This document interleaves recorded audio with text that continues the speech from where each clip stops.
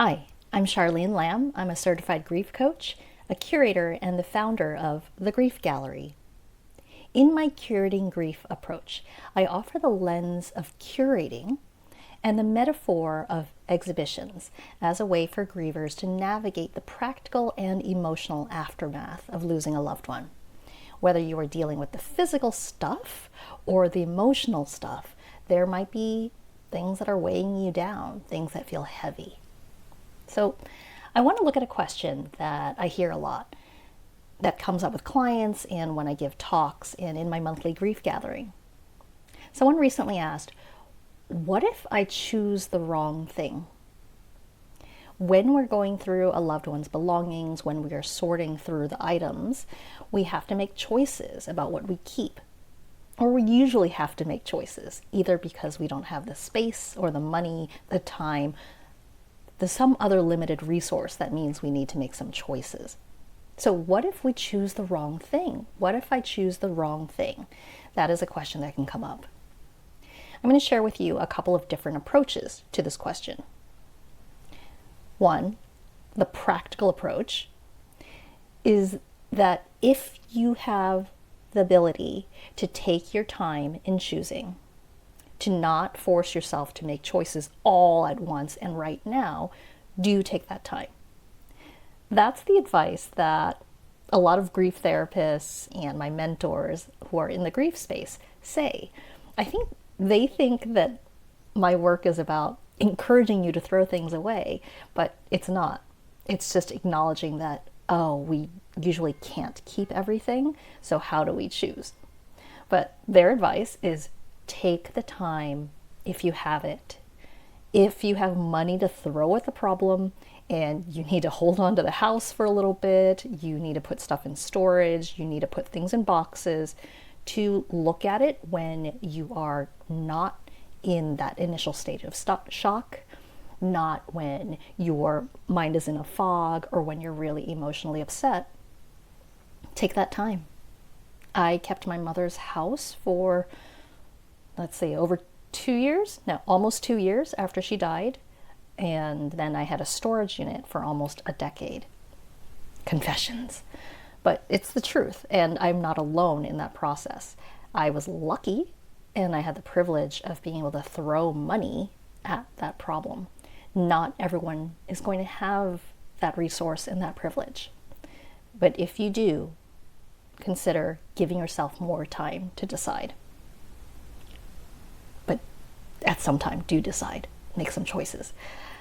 And second approach, some people might say there's no such thing as choosing the wrong thing. And I think what they mean by that is that what you're really trying to hold on to is not necessarily the object itself. It's not necessarily the belongings. They represent something for sure. There can be something very powerful about knowing that this belt, for instance, belonged to my mother and that at some point she wore it.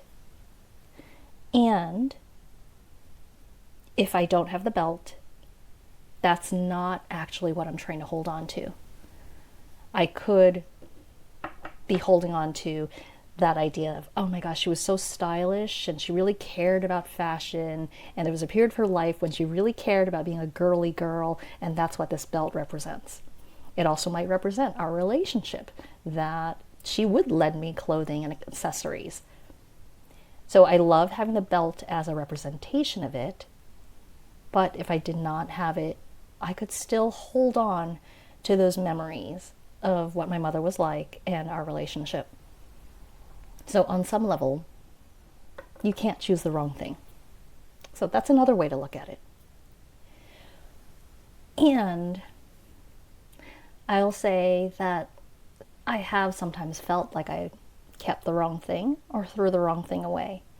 That even though I know intellectually that it's not the thing that matters, that it can still hurt to not have the thing. It can still hurt to not have belongings from our loved one, either because we did not have access or we couldn't afford to keep them or they were taken away from us. This belt did belong to my mother.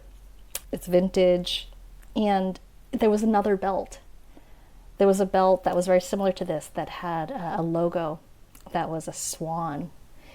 And I wore this belt on a trip to Marseille in the south of France. And some point during that trip, I lost the belt. And I remember running around the museum that we were in and going out onto the dock and retracing our steps, seeing if maybe I'd left it somewhere, maybe I'd lost it. I checked lost and found to see if anyone turned it in. And I never found it. And even though I know that belt was not my mother, that belt was really precious because it represented something to my mother, about my mother, that it helped me to feel connected to my mother by wearing it, yeah, it hurt to lose it. And frankly, I don't wear this belt out because I don't want to risk losing it. I don't want to risk experiencing that pain again. I have felt pangs about not keeping some items. When I cleared out the last of the storage unit, there were a couple of rocks that my mother had kept, and she'd written on the bottom Cape Cod with a date.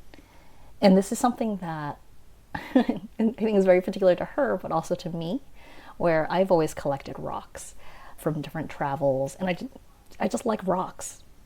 So I have rocks on my shelf here in my home. And at the time, I was trying to just get the last of the storage unit done and out. And I knew I had limited space in my suitcases and limited weight limits, right, for the airplane. So I thought, you know what, like, I'm not going to keep actual rocks. These are heavy, even though they were tiny. So I didn't keep them. I did throw them into the East River in New York City, which is where my mom grew up. And I felt that was a really nice and fitting way to have the rocks kind of go back to the water, but also have the rocks be in a place that was important for her and significant for me as well. And I still feel a little pang of what if. Oh, maybe I should have kept those rocks so then they could hang out with my rocks and, you know, they could be a nice connection with my mom as well. And when I shared on my Instagram what I did with the rocks, other people were also saying like, oh, you could also put it in installation, you know, you can also do this with it. And I do feel that little pang of, oh no, what if? Should I have kept the rocks? So I'm acknowledging the pangs of what if. I'm acknowledging the pain of potentially losing things and not having things and losing my mom's belt, right? Acknowledging that that still hurts. And from a coaching perspective, what would I ask a coaching client who was coming to me with this question? If they said, what if I choose the wrong thing? I would ask, what if you do? What's the answer to that question? This what if question is in our brain an open loop. And that just means that our brains like to close a loop. If it has an open question, it's going to keep on asking that question because, oh, it's really satisfying when our brains can close the loop and have an answer. So if you find in your grief that you have a lot of these open loop questions, what if, what if, what if? Try to answer it to help close that loop. This is something that I learned when I learned to manage my anxiety better, because anxiety is often just all about constant what if open loops. So answer the question for my anxiety. What if I forgot to pack that outfit for my trip? What if? Let me answer that question. Will my trip be ruined? What is the alternative? What would I do to salvage my trip? Answering that what if, closing that loop. And I find that concept to be really helpful in grief as well. Closing these open loops. So what if I choose the wrong thing? What if you choose the wrong thing? What do we mean by the wrong thing, first of all? But what if you choose the wrong thing? What are you afraid might happen? And the answer to that will be different for everyone. But some common ones, what if I choose the wrong thing? Well, if I choose the wrong thing, Maybe I will experience so much pain that I don't think I can deal with it. What if I choose the wrong thing? I'm going to feel so much regret, and that's so uncomfortable. I don't want to experience that. What if I choose the wrong thing? Oh, well, if I don't have the right thing, maybe it means I will forget my loved one. Right? Answering that question for ourselves and just seeing what the answer is helps us to give more insight into, what am I really afraid of here? What is my actual concern? Right? Am I afraid that I will forget my person? Am I afraid that it will mean I'm a bad daughter because I've betrayed them? Am I afraid that I can't handle the pain of the loss again? Am I afraid that I will beat myself up so much for making a mistake? What is at the end of that what if question? And that lets us explore what we want to do with it. What do we want to do with that what if? What do we want to do with that fear?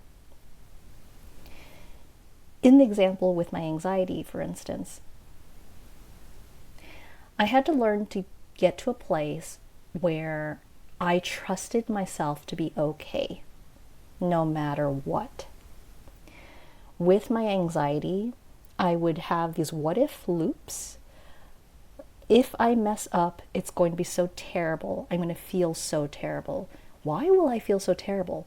Because I will be mentally beating myself up.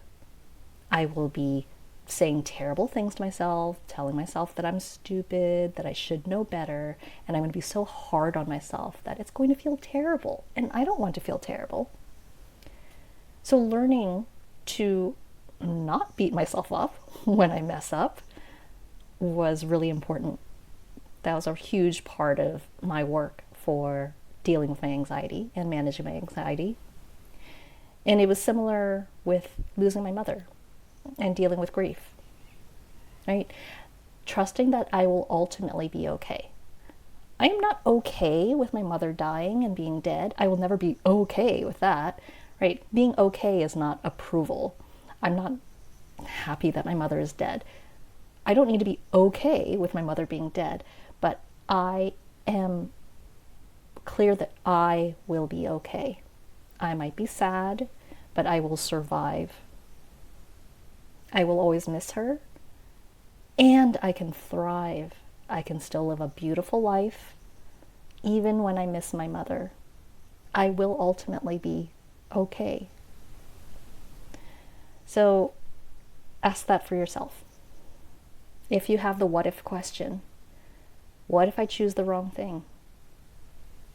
What if you choose the wrong thing? What does it mean to choose the wrong thing? Meaning, what is the right thing? What is the wrong thing? What are the implications if you choose the wrong thing? What are you afraid might happen if you did? And that's my exploration of the question, what if I choose the wrong thing? A couple of different approaches. One, the practical. Give yourself time to choose if you have that ability and the luxury and the privilege. Two, looking at the lens of, what if there's no such thing as a wrong thing? What am I really trying to hold on to? And three, answering the question, what if you do choose the wrong thing? What does that potentially mean to you? And seeing that question on that level, closing the loop for your brain so that we can see what we're actually afraid of. And we can see much more clearly how we want to deal with that question and those fears. Thank you for listening. I'm Charlene Lam. I'm a certified grief coach. And if you are struggling with these what if questions, if you're struggling with the guilt, the regret, and all the difficult things and the tasks and choices that we have after you lose a loved one, and in the context of significant loss, feel free to get in touch. I work one-to-one with individuals through Zoom all over the world. And you can book your free call to see if grief coaching and working with me might be right for you. Take care.